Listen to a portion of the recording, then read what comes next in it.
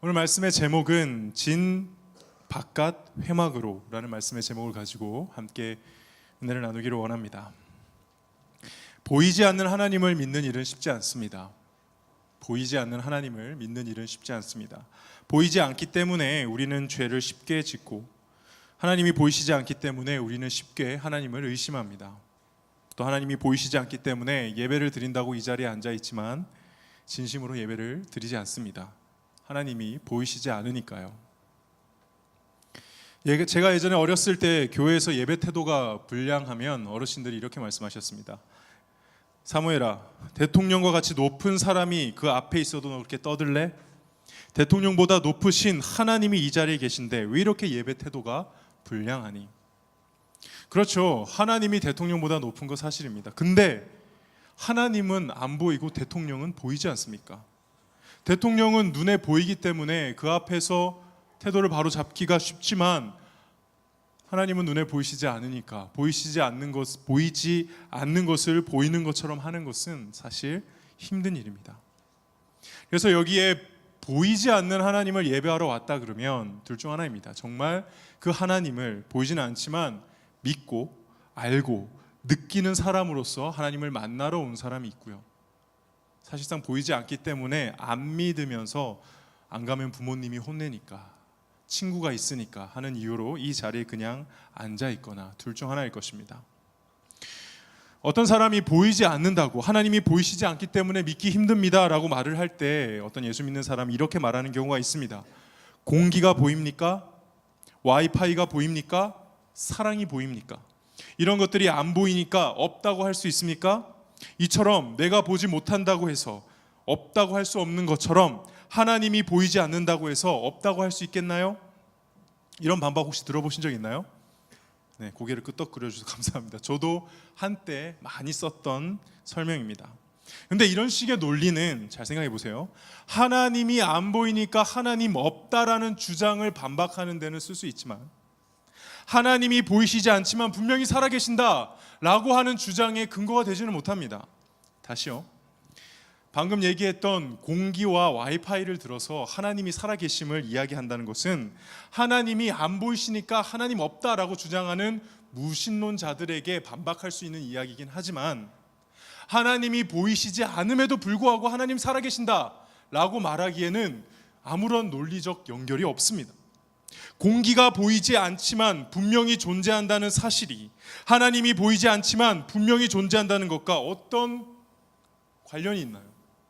와이파이는 보이지만 핸드폰을 켜면 확인할 수 있다는 사실이 하나님께서 와이파이처럼 어느 곳에나 있다라는 것을 어떻게 논리적으로 연결을 해서 증명할 수 있습니까?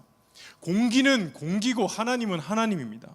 와이파이는 와이파이고 하나님은 하나님입니다. 그래서 공기가 있으니까, 와이파이가 있으니까 하나님도 있다라고 말하는 것은 맞지가 않아요. 그렇게 믿는다면 좀 이상한 것 같습니다. 그러면 분명 보이지 않는 하나님인데, 보이지 않는 하나님을 우리는 어떻게 믿어야겠습니까?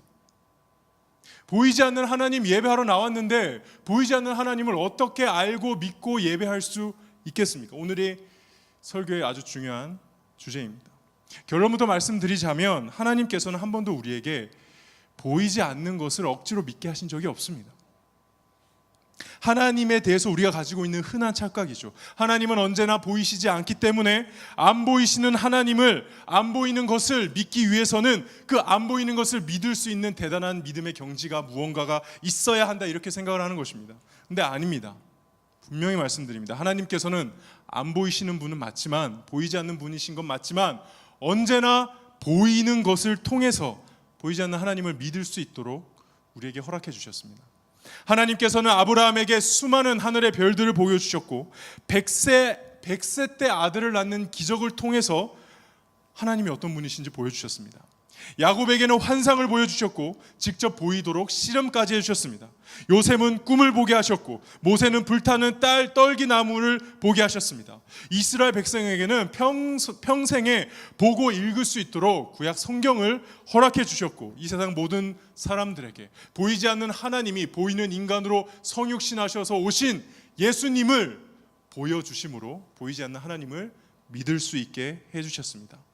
오늘 특별히 오늘 말씀 가운데 등장하는 회막이라고 나오는 이 성막을 통해서 이스라엘 백성들에게 보이지 않는 하나님의 보이는 성막을 통해 알려주신 것입니다. 그러므로 우리는 하나님이 보이지 않는다고 투덜대서는 안 됩니다. 분명히 하나님이 보이시지 않는 분인 건 맞지만 하나님은 언제나 우리에게 보여주시는 분이셨습니다. 볼 수 있게 하시는 분이셨습니다. 이미 하나님을 믿을 수 있도록 하는 보여지는 것들을 넘쳐나도록 우리에게 주셨습니다. 그거 보고 믿는 겁니다. 하나님을. 그러니까 하나님 안 보인다고 투정하기 전에 하나님이 보여주신 성경 좀 읽읍시다. 하나님 안 보인다고 그래서 못 믿겠다고 자신의 불신앙을 합리화하기 전에 보여주신 성경을 통해 보여주신 예수님을 좀 봅시다. 그럼 정말 하나님, 보이지 않는 하나님이지만 하나님이 살아계시다는 것을 알 수 있게 됩니다. 믿을 수 있게 됩니다. 오늘 성경 이야기로 돌아가겠습니다. 이스라엘 백성들이 이집트를 탈출했습니다. 수많은 전직 노예들이 하나님이 인도하시는 가나안 땅으로 향하고 있습니다. 근데 하나님께서는 그냥 탈출시켜서 바로 가나안 땅에 보내주신 게 아니라 중간에 하나님과 이스라엘 백성이 언약식을 맺고 갑니다. 이제부터 너희는 내 백성이야. 나는 너희의 하나님이 될 거야. 나는 네 거야. 너는 내 거야. 이거 뭐예요? 결혼식이죠. 사실상 결혼식을 한 거예요. 하나님과 이스라엘 백성이 결혼식을 한 겁니다. 근데 문제는 결혼한 다음 날 신혼여행도 안 갔다 왔는데 한쪽이 바람을 폈습니다. 이스라엘 백성들이 하나님을 버리고 금송아지 우상을 만든 겁니다. 지난주 기억나시죠? 설교? 하나님께서 화가 나실까요? 안 나실까요? 잘 모르겠어요. 여러분들 결혼했는데 신혼여행도 안 갔는데 여러분이 사랑하는 아내가, 사랑하는 남편이 딴 사람 손잡고 있어요. 잘 안 와닿구나. 근데 하나님 정말 화가 나셨습니다. 정말 화가 나셨습니다. 그래서 이혼을 선포하십니다. 나 지금 너네들 다 쓸어버리고 모세로부터 다시 시작할 거야. 정말 화가 나셨습니다. 이 상황 속에서 지금 모세가 열심히 하나님 그러지 마세요. 이 이스라엘 백성들 한 번만 용서해 주세요. 다시 하나님의 백성이 될 수 있게 해주세요. 라고 중간에서 굉장히 열심히 최선을 다해 중재하고 화해시키고 있는 장면이 오늘 읽었던 본문의 배경입니다. 그 7절에 이 말씀이 나오죠. 모세가 항상 장막을 취하여 진 밖에 쳐서 진을 멀리 떠나게 하고 회막이라 이름하니. 오늘 등장하는 아주 중요한 키워드 회막이 등장합니다. 근데 여기서 이 회막이 뭐냐? 모임의 장막이라는 뜻으로 구약 성경에서 성막과 동의어로 많이 쓰입니다. 그래서 사실 이거는 성막을 뜻한다고 해도 크게 틀리지 않습니다. 근데 문제는 뭐냐면 지금 모세가 시내산에 올라가서 하나님께 성막을 어떻게 만드는지 다 듣고 십계명과 함께 구약 율법을 받은 다음에 듣고 내려왔어요. 이스라엘 백성들 그때 뭐 하고 있었댔죠? 금송아지 앞에서 제사를 지내고 막 난리를 피우고 있었어요. 그래서 십계명 돌판을 집어 던지면서 이스라엘 백성들과 하나님 사이에서 중재 역할을 열심히 하는 중이라고 했습니다. 자, 성막을 만들 시간이 있었습니까? 없었습니까? 하나님이 만드신 대로 성막을 만들 시간이 사실 없어요. 실제로 출애굽기 36장이 되어서야 성막을 만들기 시작해요. 그럼 여기 뭐예요? 이 회막은 성막과 다른 뭔가요? 이 회막이 뭘까요? 분명 회막은 성막의 다른 표현으로 쓰이는 건데 여기서 회막이 뭐냐면 사실 성막이 만들어지기, 하나님이 말씀하신 대로 성막이 만들어지기 전에 그 성막의 역할을 했던 일종의 임시 성막이라고 보시면 될 겁니다. 하나님이 이스라엘 백성과 함께 하시기 위해 언제나 모세를 통해서 이스라엘 백성을 이끌어 가실 때 모세 앞에 임재하시고 함께 하시는 그 장막인데 이게 나중에 성막으로 대체가 된다는 것이죠. 그래서 이건 사실 성막이나 다를 바가 없다는 것입니다. 그래서 오늘 본문을 통해서 우리 딱 성막에 대해서 두 가지만 나누고 갑시다. 사실 성막을 설교하자면은 그 안에 있는 뜰, 성소, 지성소, 번제단, 물두덩, 진설병, 촛대, 분향단, 시은자, 언약궤 하나하나 하면은 1년 내내 해도 설교 다 못합니다. 근데 오늘은 이 성막이 가지고 있는, 이 회막이 가지고 있는 보이잖아요. 보이는 성막이 보이지 않는 하나님에 대해서 우리에게 무엇을 가르쳐 주는지 두 가지만 집중해서 깨닫고 갑시다. 첫 번째입니다. 첫 번째, 우리는 이 성막에 무엇을 주목해야 되냐면, 눈에 보이잖아요. 무엇을 주목해야 되냐면 성막의 위치입니다. 여러분들 구약 성경을 보면 성막이 이스라엘 백성의 어디에 있었을까요? 1번 가운데, 2번 북쪽, 3번 동쪽, 4번 서쪽, 5번 남쪽. 1번부터 5번 어떤 걸까요? 1번입니다. 이스라엘 백성의 정중앙에 성막이 있었습니다. 그리고 그 성막 바로 주변에 마치 그 관역판처럼 성막 제1영역 제일 중요한 것에 딱 그 주변에 누가 있었냐면은 레위 지파, 성막에서 예배를 봉사하는 레위 지파가 둘러 있었습니다. 성막의 입구가 동쪽에 있었거든요. 그래서 동쪽 바로 옆에는 모세와 아론이 있었고, 그 다음에 남쪽에는 고핫 자손, 서쪽에는 게르손, 북쪽에는 무라리, 이렇게 레위 지파가 성막 주변을 둘렀습니다. 그 다음에 나머지 12지파가 두른 겁니다. 동쪽에는 유다, 스불론, 이사갈, 남쪽에는 루벤, 시몬, 갓, 서쪽에는 베냐민, 므낫세, 에브라임, 북쪽에는 납달리, 아셀, 단. 이거 옛날에 다 외웠는데 까먹어가지고 보고했습니다. 그러니까 성막을 중심으로 해서 이렇게 한번, 또 성막이 1영역이면 2영역 한번, 3영역 한번, 이렇게 둘러 있다는 거죠. 이렇게 보이는 성막이 언제나 이스라엘 백성들의 가장 중앙에 있다는 것은 보이는 성막을 통해서 보이지 않는 하나님의 무엇을 우리에게 가르쳐 주려는 걸까요? 하나님을 예배하는 일이 가장 중요하다. 하나님을 우리의 중심에 모시고 살아야 된다. 이렇게 큐티하고 묵상할 수도 있을 것 같습니다. 틀린 건 아닙니다. 근데 오늘 이 성막의 위치를 통해 우리에게 알려주는 아주 중요한 영적 원리가 있습니다. 그게 뭐냐면 하나님의 거룩입니다. 하나님의 거룩입니다. 여러분들 거룩이 뭐라고 생각하십니까? 죄 하나도 안 짓는 거?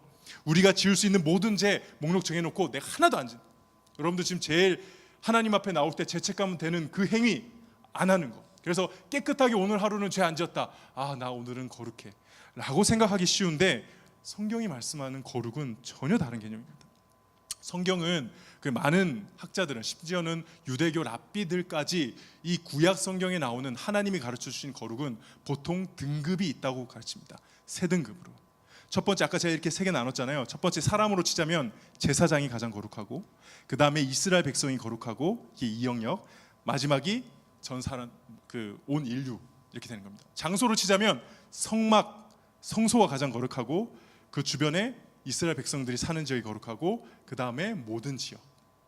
날로 치자면은 속죄일, 1년에 한 번 하나님 앞에 나아가 대제사장이 그 지성소에 들어가서 이스라엘 백성들을 위해, 전체를 위해 속죄하는 그 속죄일이 가장 거룩하고, 안식일과 그 다음에 절기들이 두 번째고, 마지막 모든 날, 짐승까지도 포함됩니다. 가장 거룩한 건 희생 짐승, 하나님께 바쳐지는 희생 짐승, 그 다음에 정결한 짐승, 다음에 모든 짐승. 보통 구약에 나와 있는 거룩은 이렇게 등급을 나누어서 구별합니다. 하나님 무슨 거룩이 한우 또 한우도 아니고 왜 등급을 나눠서 합니까? 좀 이상한 거 아닙니까? 아니에요. 여기에는 아주 중요한 하나님의 거룩에 대한 메시지가 있는 겁니다. 뭐냐? 기억하십시오. 가운데가 가장 거룩하죠. 가운데가 가장 하나님과 관련됐죠. 거룩은 하나님만 거룩한 것이다. 이게 이 거룩의 등급을 나누어서 가운데에 있는 성막의 거룩함, 제사장의 거룩함을 통해서 우리에게 알려주시는 것입니다.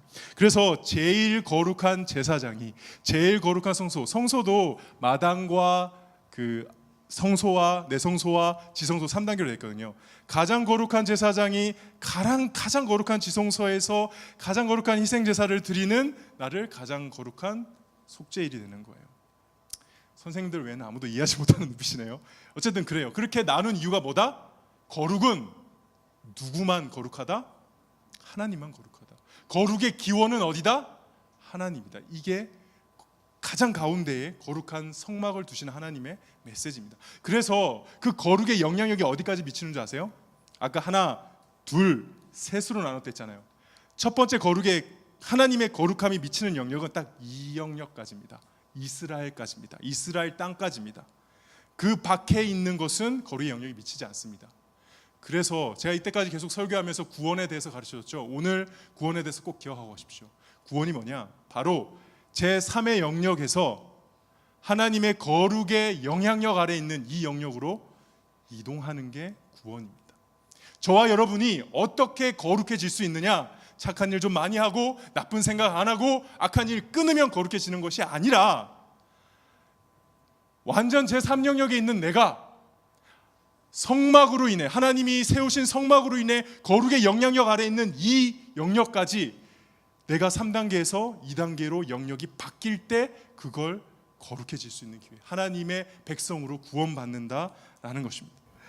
성막이 있음으로 인해서 어떻게 거룩할 수 없는 인간이 거룩해질 수 있는가를 가르쳐 주는 것은 나중에 이 성막이 무엇을 예표하는 줄 아세요? 그렇죠, 예수님이에요. 그러니까 예수님과 그 예수님의 거룩의 영역 안에 있음으로 인해서 우리가 하나님의 자녀가 되고 구원을 받을 수 있다는 아주 놀라운 메시지를 알려주는 거예요. 이거를 가르쳐주는 아주 중요한 그 이야기가 하나 있죠. 뭐냐면 예수님이 혈우병, 피를 흘리는 여자를 만지셨을 때 일어났던 일입니다. 원래 성경에는 혈우병 걸린 여자를 만지면 어떻게 되는지 아세요? 이게 죽진 않고 이게 부정하기 때문에 만지는 순간 나도 부정해져야 돼요. 이게 부정의 원리인데 예수님이 만졌어요. 예수님이 부정해졌게요? 안 부정해졌을까요? 아닐까요? 안 부정해졌어요. 오히려 누가 나았어요? 혈우병 걸린 여자가 나았거든요. 이게 바로 거룩인 거예요. 하나님의 거룩이 원래는 이게 부정이 나한테 전가돼야 되는 이것도 역으로 가서 하나님의 거룩이 전가되어 거룩하게 되는 이 하나님만 거룩할 수 있음을 드러내는 이야기가 바로 예수님이 혈우병을 고치신 이야기예요. 바로 그 맥락입니다. 그러므로 저와 여러분이 오늘 이 성막의 이야기를 통해서 성막이 정 가운데 이스라엘 백성이 있었다는 것 사실을 통해서 깨달아야 할 것은 이 성막이 영향력이 미치는 이스라엘 백성 안에 우리가 들어가야 된다. 예수님의 영향이 미치는 거룩이 미치는 하나님의 백성 이 자리에 새 언약의 공동체에 우리가 들어가야 한다. 그래야 우리가 거룩해질 수 있고 구원받을 수 있다. 이것이 성막을 통해 우리에게 가르쳐주는 아주 중요한 메시지입니다. 이게 첫 번째입니다. 근데 한 가지 더 있습니다. 오늘 성막을 통해 알려주는 성막을 통해서 깨닫게 해주는 보이는 성막을 통해 보이지 않는 하나님에 대해서 알 수 있게 해주는 구절이 바로 오늘 7절부터 11절 제목과 관련이 있는데요. 7절에 보시면은 제가 읽어볼게요. 모세가 항상 장막을 취하여 진 밖에 쳐서 진과 멀리 떠나게 하고 회막이라 이름하니. 아까 말했지만 이 회막은 정식으로 지어진 성막은 아니지만 성막의 역할을 했던 임시 성막이라고 했습니다. 근데 이게 지금 원래 어디 있어야 되는 거예요? 아까 제가 성막은 어디 있어야 된다고 했죠? 근데 지금 어디로 갔어요? 7절에 보면 어디로 갔어요? 진 멀리 떠나서 진 밖으로 나갔죠. 왜 나갔을까요? 회막이 왜 성막이 나갔을까요? 아까 지금 이스라엘 상태가 어떤 상태라고 했습니까? 하나님께 예배 잘 드리는 착한 상태입니까? 아니면 하나님한테 지금 배신을 때린 하나님께 우상 숭배함으로 인해서 하나님이 떠날 수밖에 없는 그런 상황입니까? 그렇죠. 우상 숭배를 해서 하나님이 떠날 수밖에 없는, 하나님은 절대 죄와 같이 있을 수 없거든요. 여러분들이 착각하면 안 됩니다. 나는 예수를 믿었으니까, 예수님의 십자가로 구원받았으니까 나는 무슨 짓을 해도, 죄를 지어도 하나님 나와 함께 하십니다. 아니에요. 지금 하나님 떠나셨어요. 같이 있을 수 없어서 떠나셨어요. 근데 진짜 은혜가 뭔지 아세요? 떠나서 완전히 다른 데로 가셨어요? 아니면 진 밖에 계세요? 다시요. 떠나서 자, 나 이제 너네 못 보겠어. 그리고 쑥 가버리셨어요? 아니면 진 밖에 계셨어요? 진 밖에 계셨어요. 이게 이때 이스라엘 백성들에게 은혜이고 또 지금 사는 하나님의 백성들인 우리한테도 큰 은혜가 되는 겁니다. 모세와 백성들이 어떻게 합니까? 진 밖에 회막이 가 있으니까, 진 밖에 성막이 가 있으니까 모세는 회막으로 나아갈 때 백성들이 다 일어나서 자기 장막문에 서 있는 거예요. 그리고 백성이 모세가 회막으로 가는 걸 보고 있어요. 그리고 실제로 하나님을 이 7절에 보면은 여호와를 앙망하는 자는 다 진 밖 회막으로 모이기 시작하고 있어요. 자기가 지은 죄를 알기 때문에, 하나님을 떠난, 하나님 앞에 범죄한 걸 알고 있기 때문에 지금 상황이 심각한 거예요. 그래서 모세가 진 밖에 있는 회막으로 갔는데 구름이 내려옵니다. 아, 하나님이 저기 임재하셨구나. 그때부터 장신구 다 떼고 하나님 자기 곧은 목 낮추고 하나님 앞에 회개하면서 예배하기 시작합니다.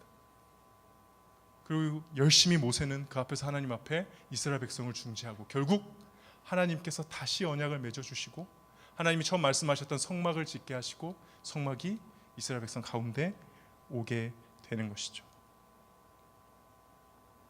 잘 생각해 보세요. 죄를 이스라엘 백성 안에 있는 죄를 보시고 회막이 떠났습니다.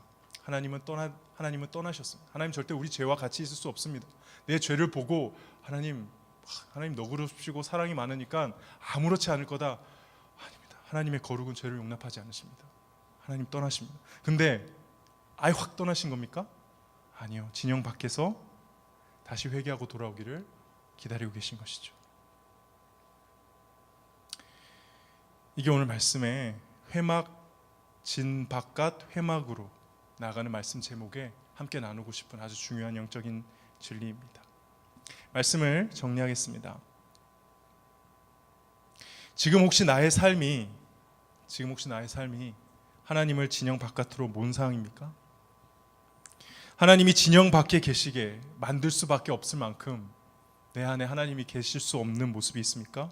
근데 하나님 영향이 떠나지 않으셨습니다. 하나님이 진영 밖에 계시다는 것은 그분의 백성들이 그분 앞에 회개하고 장신구 떼고 곧은 목 풀고 겸손히 다시 거룩하신 주님께로 나아가, 주님을 앙망하는 마음으로 그 바깥 회막으로 나아가 그곳에서 주님을 기다리는 것, 이것이 바로 하나님 백성이 해야 될 일입니다.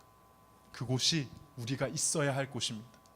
회막이 있는 곳이, 예수 그리스도가 있는 곳이 우리가 있어야 할 곳입니다.